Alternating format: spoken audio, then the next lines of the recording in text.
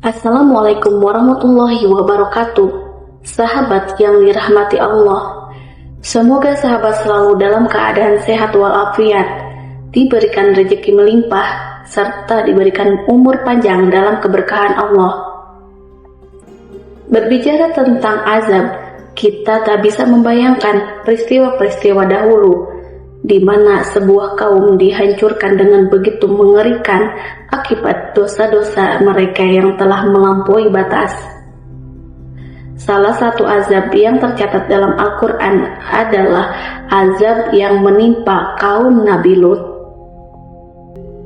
Azab ini salah satu azab paling berat yang pernah ditimpakan kepada manusia. Umat Nabi Lut hidup sejaman dengan Nabi Ibrahim alaihi salam, dan Nabi Lut adalah keponakan Nabi Ibrahim. Mereka bermukim di sebuah kota yang disebut Sodom, yang kemudian hilang tanpa jejak. Kota ini menjadi misteri dan hanya menjadi legenda dari mulut ke mulut manusia. Namun Allah membenarkan kisah ini dan menjadikannya bagian dari Al-Quran sebagai pelajaran bagi umat manusia. Kisah ini dimulai dari kaum yang memiliki kelainan seksual. Mereka menyukai sesama jenis. Laki-laki suka dengan laki-laki dan perempuan suka dengan perempuan. Mereka menikah dengan lawan jenis dan memiliki anak. Namun, hal tersebut hanya dijadikan tradisi untuk melanjutkan keturunan. Sedangkan kebutuhan seksual dan cinta mereka disalurkan kepada sesama jenis. Bahkan jika seorang laki-laki memiliki anak laki-laki yang tampan, anak tersebut bisa diperebutkan hingga sang ayah sendiri menjadi pelaku homoseksual terhadap anaknya. Lebih parahnya lagi, mereka saling membunuh demi memperebutkan laki-laki yang dianggap tampan. Awalnya, sebelum kaum Sodom mengalami kelainan seksual seperti itu, mereka adalah kaum yang normal. Namun, dimulai dengan candaan. Mereka bercanda dengan satu sama lain dan mengatakan, bagaimana kalau seandainya kita lampiaskan kebutuhan biologis kita kepada sesama laki-laki. Bermula dari candaan tersebut hingga perilaku menyimpang tersebut menyebar dari satu orang ke orang yang lain. Kelainan ini menyebar dan menjadi penyakit dalam masyarakat tersebut. Hanya keluarga Nabi Lut saja yang masih menjalani kehidupan normal.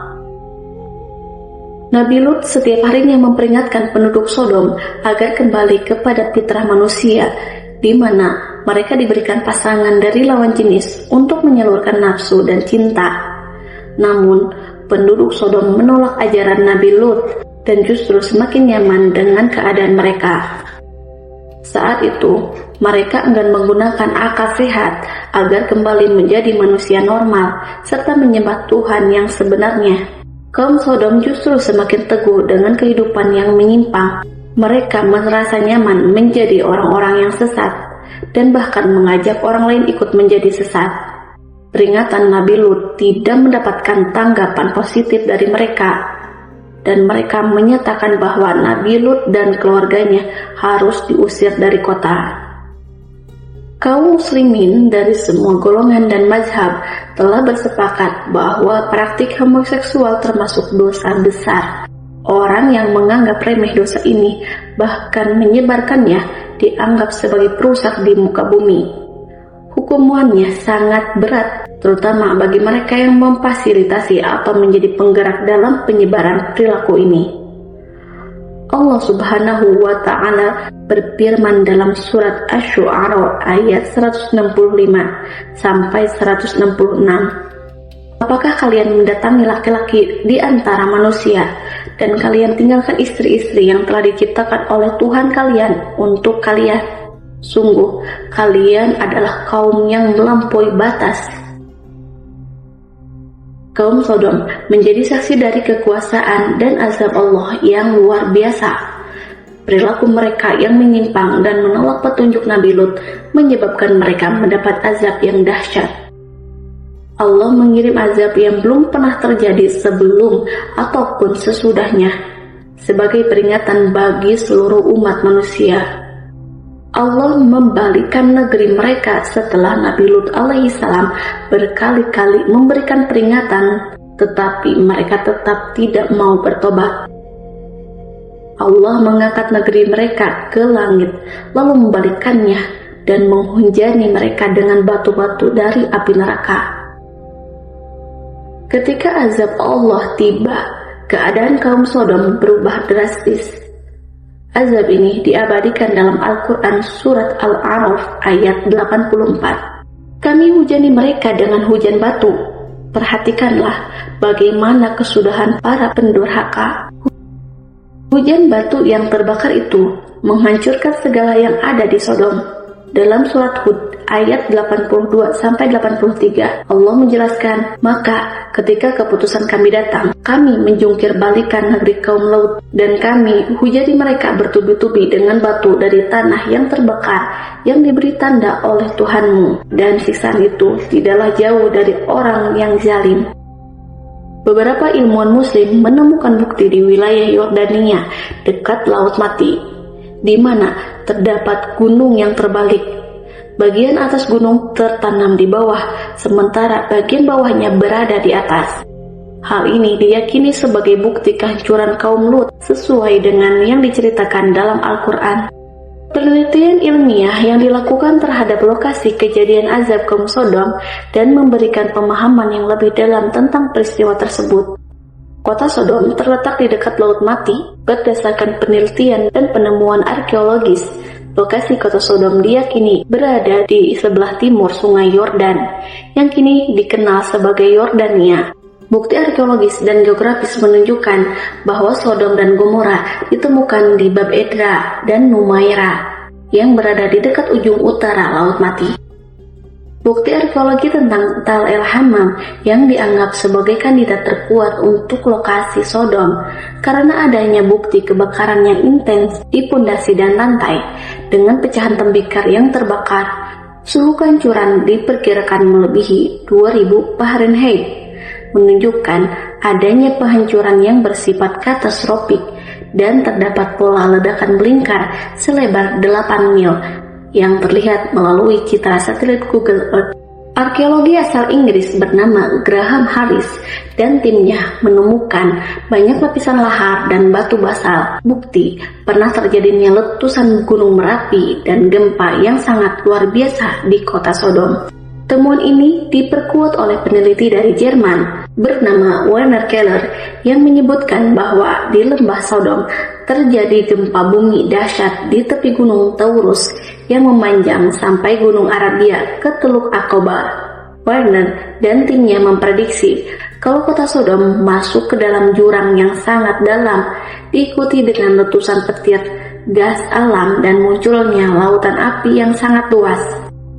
Arkeolog telah menemukan bukti-bukti kejadian yang menghasilkan suhu tinggi di reruntuhan bangunan bata lumpur El Hammam, seperti potongan tembikar yang meleleh di luar tapi tidak terkena di dalam.